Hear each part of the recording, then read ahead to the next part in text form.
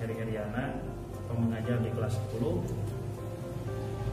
IPS 1 sampai 4. Dalam pertemuan pertama, Bapak ingin memberikan suatu materi apa itu sejarah. Ya. Untuk adik-adikku siswa-siswi baru yang hari ini dengan model daring, Bapak akan menjelaskan suatu prinsip tentang pengertian ruang lingkup sejarah. Kalian sudah belajar sejarah dari kelas 4 SD, bahkan belajar kelas 3 dan SMP. Kita ulangi kembali. Standar kompetensi yang akan kita tempuh adalah kita akan memahami prinsip dasar sejarah dulu. Dalam kompetensi dasar tersebut kita akan menjelaskan nanti ruang lingkup ilmu sejarah. Ilmu sejarah itu sangat luas ya.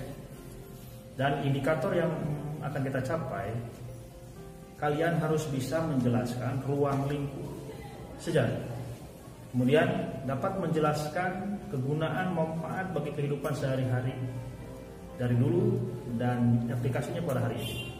Dan yang terakhir bisa menjelaskan pengertian sejarah beserta sumber-sumber fakta sejarah.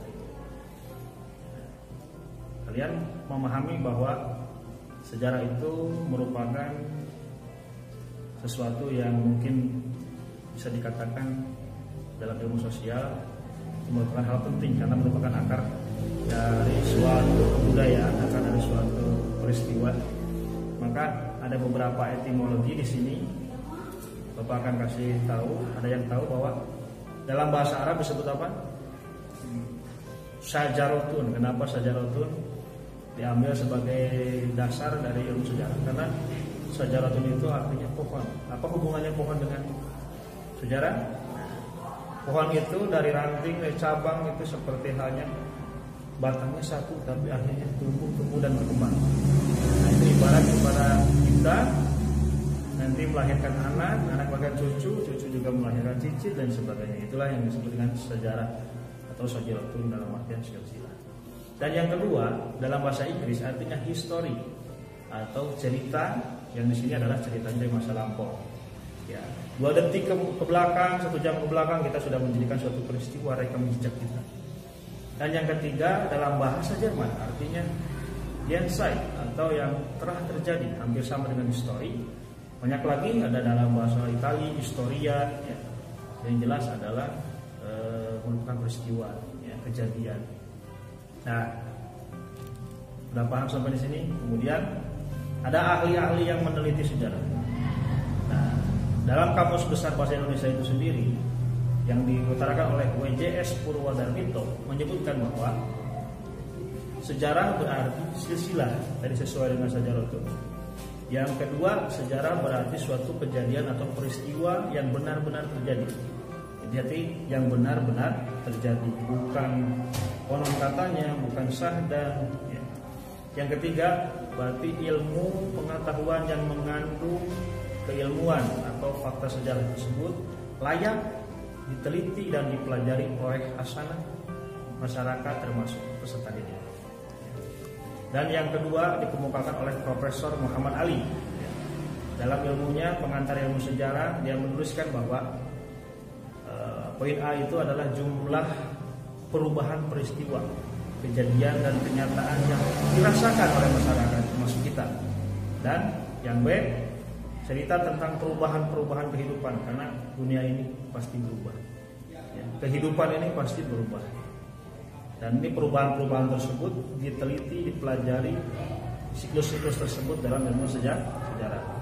Dan yang C, ilmu itu justru menyelidiki perubahan-perubahan yang terjadi untuk kita hari ini sebagai cerminan dari peristiwa masa lalu.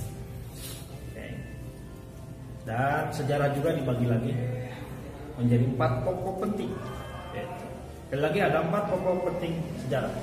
Satu utamanya adalah tentang peristiwa. Apa itu peristiwa? Benar-benar terjadi, bisa dikenang, unik, dan memiliki arti penting. Seperti halnya kalian memiliki kenangan-kenangan di masa lalu, mungkin itu akan terkenang kembali kepada kita unik, tidak bisa terulang kembali, dan yang ketiga hanya memiliki generasi ilmu.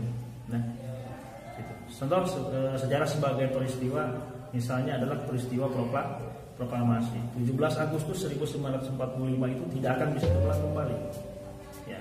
Walaupun 17 Agustus sekarang itu bukan 17 Agustus 1945, yaitu di mana hari proklamasi kita, hari di mana masyarakat kita, bangsa Indonesia beryuforia untuk masuk ke dalam pintu gerbang yang baru dari penjajahan kolonial menjadi masa kemerdekaan. Nah, ini yang disebut dengan peristiwa. Kemudian kisah, fungsi kisah ini adalah menceritakan. Dalam sejarah itu syaratnya adalah adanya peristiwa yang benar-benar terjadi, kemudian kisah itu diceritakan, ya, ditulis ulang. Kemudian yang ketiga adalah seni. Kenapa seni? Ketika tulisan itu menggugah suatu inspirasi, itu adalah seni dalam tulisan. Bagaimana dia menceritakan tentang kronologi peristiwa kemerdekaan, peristiwa antara golongan muda dan golongan tua. Hanya ilmu sejarah yang bisa memahami posisi-posisi tersebut, bisa memahami juga kejadian-kejadian tersebut, dan inilah seni dari suatu ilmu. Kemudian sejarah sebagai ilmu, yaitu memiliki sifat keilmuan. Ilmuwan itu sendiri ya tadi hasil dari penelitian ilmiah, pemikiran yang empiris, hasil dari sistematis penelitian. Jadi sejarah itu benar-benar suatu ilmu yang mana tadi empat unsur ini saling berkaitan, ya, sebagai peristiwa, sebagai kisah, sebagai seni, dan sebagai ilmu. Ini apa guna sejarah? Ya. Apa guna sejarah bagi kita semua?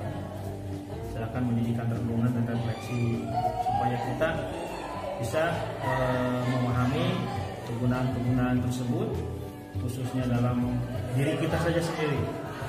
Ya. Ini adalah tugas bagi kalian, apa guna sejarah untuk kehidupan kalian, kemudian lingkungan kalian, tugas, dan terakhir bagi bangsa ini. Coba kalian cari, dan nanti Bapak kasih kalian latihan.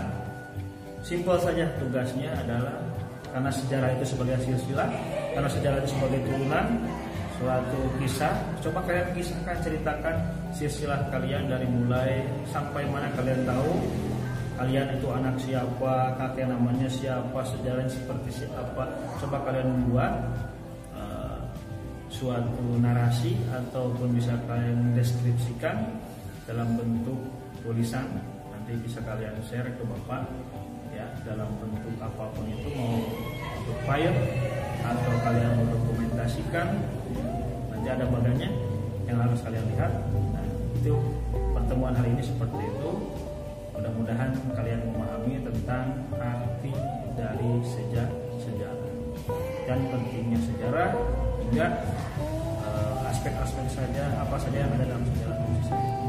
Nah, itu pertemuan hari ini, mudah-mudahan bermanfaat, dan silahkan kalian share